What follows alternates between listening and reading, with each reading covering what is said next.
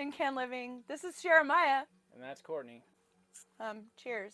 Today we're going to talk to you about when you live full time and you have to take your rig into the shop for a repair or for some kind of damage.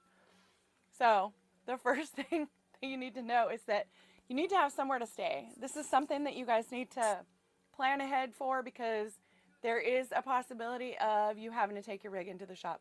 It's just part of life. But if it's in the shop and it's your home, you definitely need somewhere else to stay. Whether that be a hotel, a friend's house. We stayed in a cabin. We used Thousand Trails. It was free.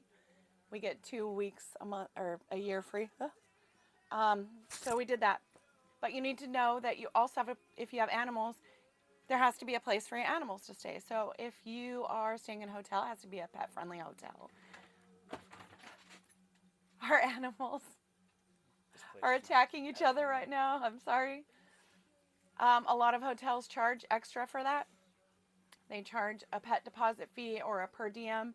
So you need to be aware of that. Maybe your insurance is covering it, but it might not cover all of those additional expenses. So it's good to have some reserves in case you need them. You also need to know that you need to move your stuff. We're used to always taking everything that we own on vacation. A lot of us don't own suitcases anymore, but you're going to have to pack up your stuff, your toiletries, your clothing, everything that you need for the entire time that your rig is in the shop, including all of your animal supplies, whatnot, and move those things while you still can. Your kitchen goes with your rig too, so it changes. Yeah. You got to think about budgeting food and anything that you normally do in your rig. You're gonna have to find a place to do it. Our insurance covered a per diem for us one time. And then we also have Good Sam extended service plan. They allow up to $100 per day if you're having components repaired or replaced in your vehicle. That is including your hotel and any food expenses. You have to pay it up front and they will reimburse you. So it's something to consider. Yeah, just make sure you set up your rig too, right? So dump tanks, clean out the fridge, all that stuff. You don't want to come back to a mess after the dealership or whoever fixes everything for you. You come back and you got to clean up all the things you left behind. Not a good time, folks. So the next thing we're going to talk about is your different warranty options. So just like a house, you have the warranty from the manufacturer.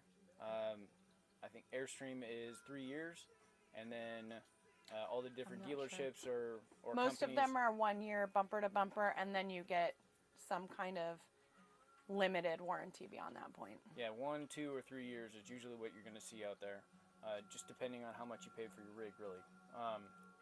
True. And then the other thing is each individual component inside your rig is covered by its own manufacturer warranty, usually. So we have an Aldi system. It's our heating system. It has a warranty. Reach out to the manufacturers. If you're having trouble getting into the service station, the dealership, maybe the dealership doesn't have time, so you can reach out to the manufacturers, and if it's covered under warranty, they will either pay for a tech to come out and work on it for you, or they won't cover that aspect, and you will pay out of pocket for the tech to come mobily repair your stuff.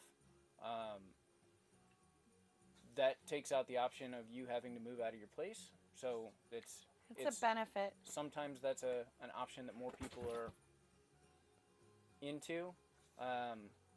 I fixed the Aldi system recently, and I reached out to the manufacturer of the heater, the Aldi system company, and dealt with them on the manufacturer warranty stuff. And then, yeah, the extended service plan that Courtney was talking about is also, so if the Airstream warranty was up, then Good Sam would cover us for whatever we paid for.